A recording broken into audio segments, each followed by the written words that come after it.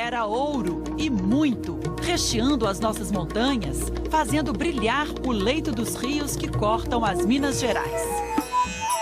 Os índios já conheciam o metal, usavam em adornos, sem imaginar quanto valor carregavam. O índio conhecia o metal dourado, ele não dava valor financeiro ao ouro, ele não enferrujava, então ele dava uma aparência bonita o tempo todo. Então esse era o valor do ouro. Nos anos de 1600, o açúcar do Nordeste rendia pouco para Portugal.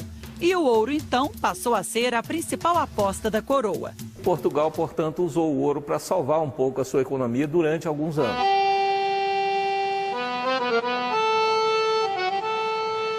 Onde o ouro reluziu pela primeira vez aos olhos de um explorador? Dizem que foi aqui. Os bandeirantes, primeiramente chefiados pela bandeira do Fernão Dias Paz, quando eles adentram o território mineiro, eles chegam primeiro na região conhecida hoje como Sabará. Era fim do século XVII, quando Borba Gato, bandeirante paulista, assumiu a missão do sogro, o desbravador Fernão Dias Paz Leme. E nas suas andanças também encontrou o metal precioso. Uma história curiosa já era contada na região. Por aqui, acreditava-se, existia uma serra recheada de ouro e pedras preciosas, a Sabarabuçu, que pode ser a Serra da Piedade.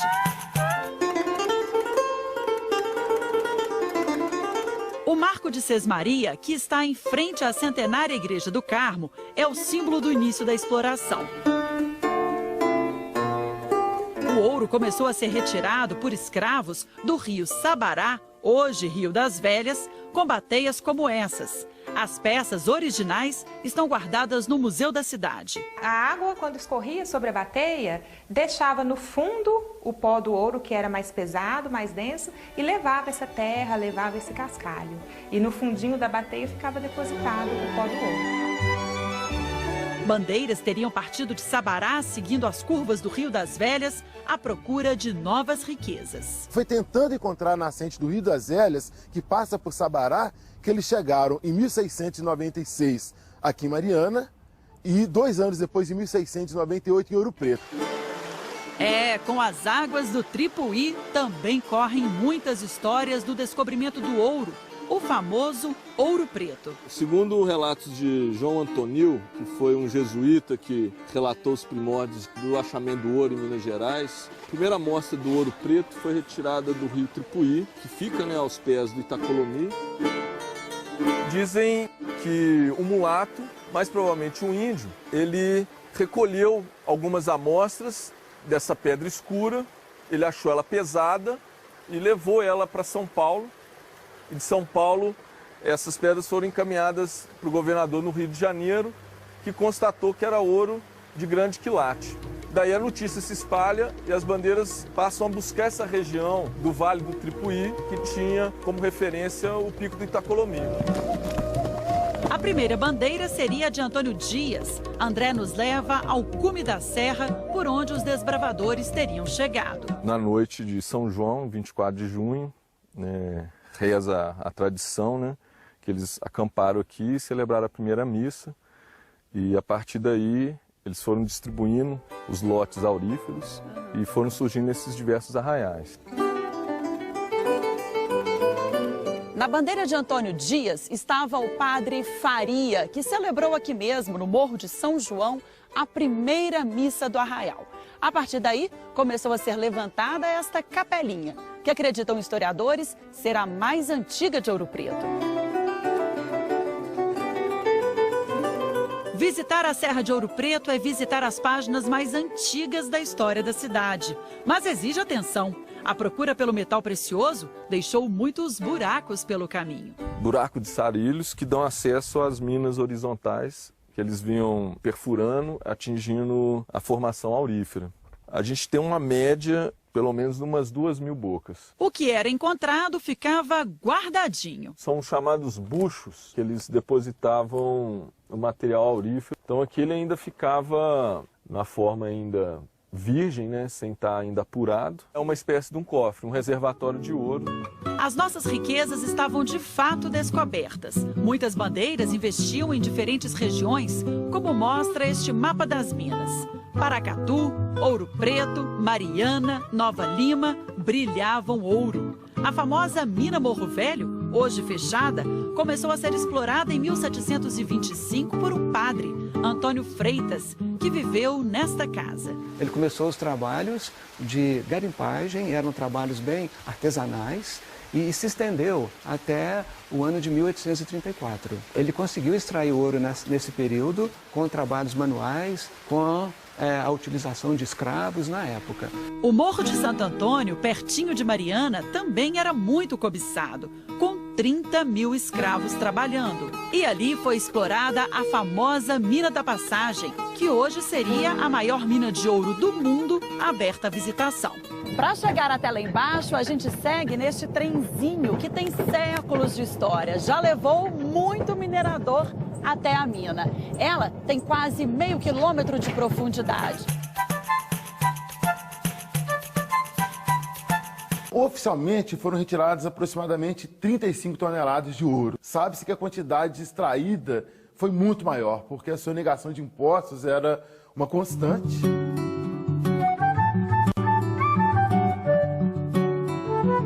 A Ginês e Fernando vieram da Suíça ver de onde saiu tanto ouro que embeleza o patrimônio do Brasil e da Europa. Questo è impressionante.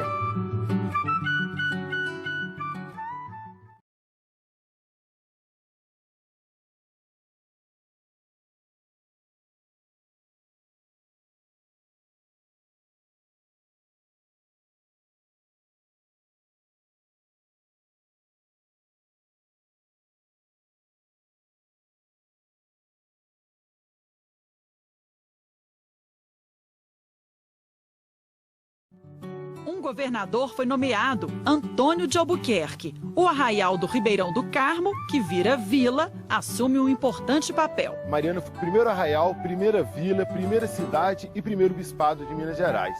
O nome Mariana, que só é definido em 1745, foi uma homenagem à dona Maria Ana, mulher do príncipe Dom João V.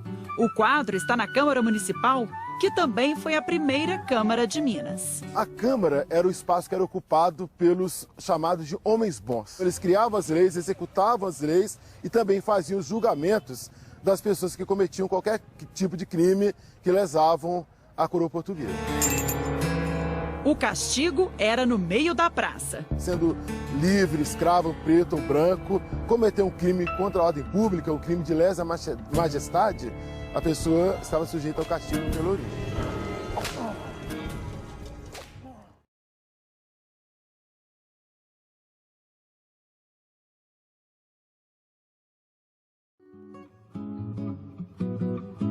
Seriam criadas ainda as casas de intendência, como esta, que hoje abriga o Museu de Sabará, para controlar duramente a circulação do ouro na colônia. E aqui já era registrado a quantidade de ouro trazido e retirada a parte destinada ao rei. O ouro era colocado em recipientes como este aqui de cerâmica refratária, são chamados cadins. Depois era virado, esse ouro líquido era virado em formas como esta aqui, chamada de rilheira. Essa forma fazia então a barrinha de ouro ou o lingote de ouro. Para comprar escravos, produtos no comércio, era preciso usar barras de ouro com um selo da coroa. É que esta era a prova de que aquele ouro era de fato legalizado, ou seja, 1/5 dele já havia sido recolhido para Portugal. E eram prensas como esta aqui que faziam as marcas nas barrinhas. Só que estes detalhes exigiam criatividade da coroa portuguesa. Anualmente, a coroa mudava o desenho desse selo. Desde aqueles tempos, os homens já buscavam uma forma de burlar o imposto que era cobrado pela coroa. E copiavam o selo da coroa portuguesa nessas barrinhas. Há uma grande curiosidade sobre esta antiga casa de intendência. Historiadores contam que ela seria a única no Brasil com esta estrutura. No primeiro andar, funcionava o controle da produção do ouro. No segundo, uma moradia. O intendente português e sua família viviam aqui. O museu mostra o estilo glamuroso da época, mesas para banquetes, quartos, gabinete do intendente. Mas alguns móveis tinham outras funções. Um segredo. Ela se levantava para que fosse guardado aqui algum objeto de valor ou algo que se quisesse esconder na época. Vem daí aquela expressão escondendo ouro, você está escondendo ouro.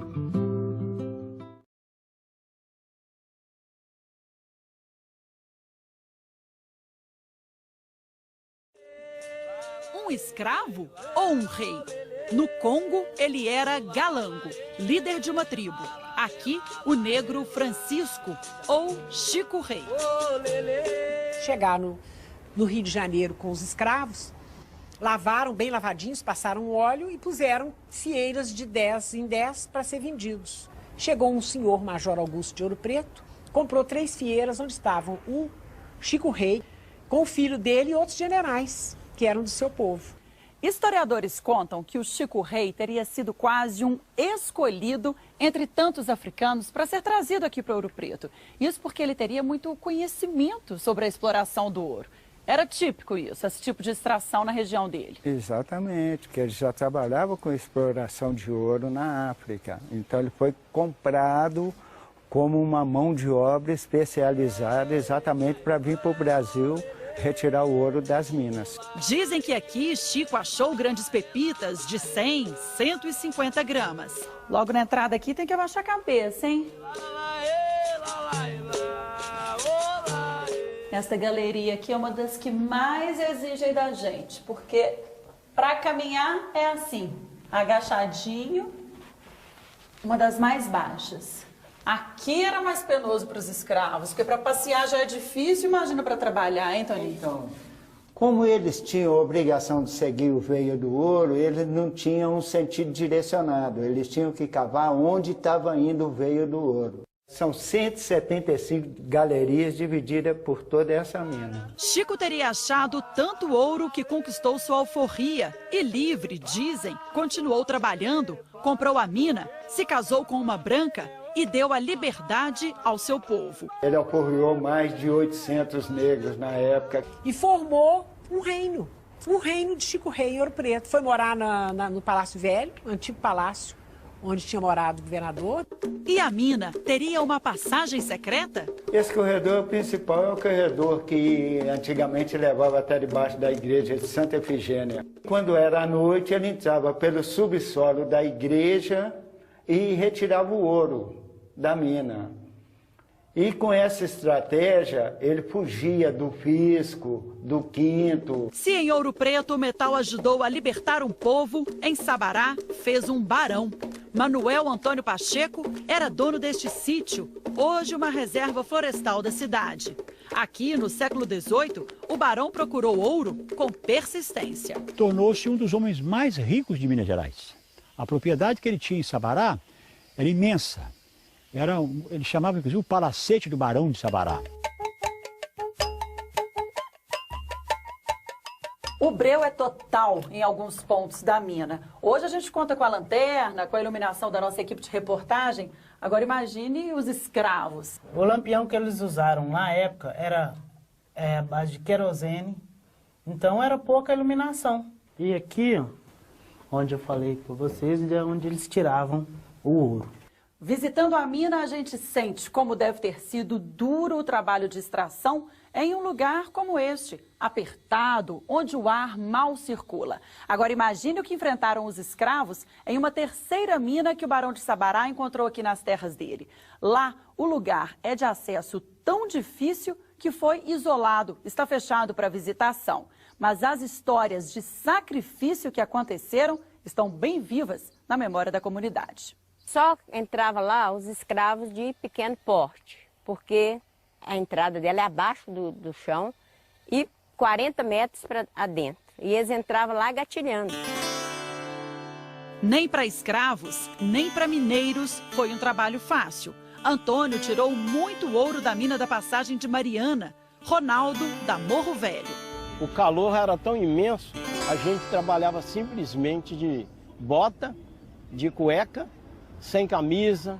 Fazia a perfuração, colocava um dinamite, depois que acionava todos os dinamites que explodia, a gente que tinha que chegar para selecionar o minério. Explosões, conta seu Antônio, feitas com os mineiros ainda dentro da mina. E a gente sentia aquele vácuo, né? Aquela pressão da explosão. A silicose, doença provocada pelo pó do minério, era outra ameaça. Sinto dor nas costas, dor nas pernas, cansaço, disparamento no coração. Já faço uso de medicamento. Foi uma calamidade muito grande. Tinha dia de ter 3, 4 enterros aqui, silicose. Perdi meu pai, perdi meu irmão. Na Morro Velho, a exploração começou em 1725. À medida que a tecnologia avançava, mais longe ia o garimpo, quase 2.500 metros. No nível Brasil, nós não temos minas com essa profundidade. Foi uma ousadia para a época? Imensa ousadia. O auge da mina aconteceu na década aí de 80, na década de 70, quando chegou a produzir cerca de 500 quilos de ouro. Entrar na Morro Velho não é mais possível, mas há um outro jeito da gente conhecer a mina centenária de Nova Lima, aqui em Belo Horizonte. Isso mesmo, no Museu das Minas e do Metal. Para fazer essa viagem, é só pegar este elevador aqui, cheio de efeitos especiais. Obrigado por me acompanharem nesta visita aos túneis subterrâneos do Morro Velho. Os guias são ilustres personagens, o imperador Dom Pedro II e a imperatriz Teresa Cristina, que visitaram a mina em 1881. Muito foi escrito sobre a mina. São anotações e memórias dos viajantes, naturalistas europeus, mineralogistas e engenheiros que aqui vieram antes de mim. As minas estão desativadas, mas algumas ainda guardam suas riquezas. A mina da Passagem de Mariana, como mostram os últimos estudos, ainda é muito rica. Estas colunas, que foram mantidas para sustentar as outras galerias, podem estar recheadas com metal precioso. Na bateia do guia, dá para ver bem de perto o pozinho poderoso. Eles ficam tristes que só dá para ver, né? Não pode levar, né? Aí, só ver mesmo.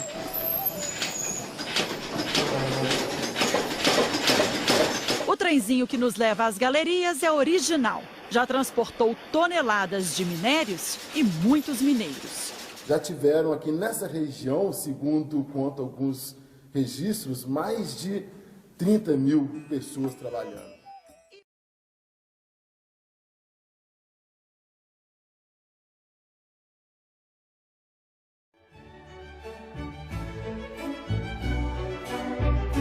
É Dona Zélia quem abre a matriz de Sabará às 6 da manhã todos os dias. A matriz representa para mim tudo na minha vida, porque é o lugar onde que a gente vem para desabafar as tristezas, vem falar das alegrias, agradecer.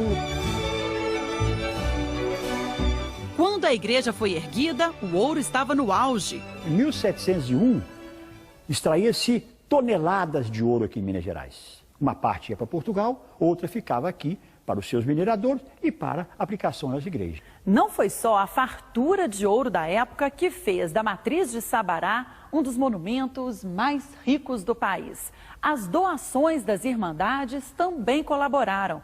É que no início do século XVIII, estes grupos religiosos não tinham suas próprias igrejas. Era aqui que eles se reuniam, cada um com seu altar. E quanto mais ouro neles, melhor. Havia, podemos dizer, uma disputa sadia entre essas instituições religiosas. Ela procurava, com isso, não só evangelizar e levantar o nome da sua irmandade, como também trazer mais irmãos para contribuir.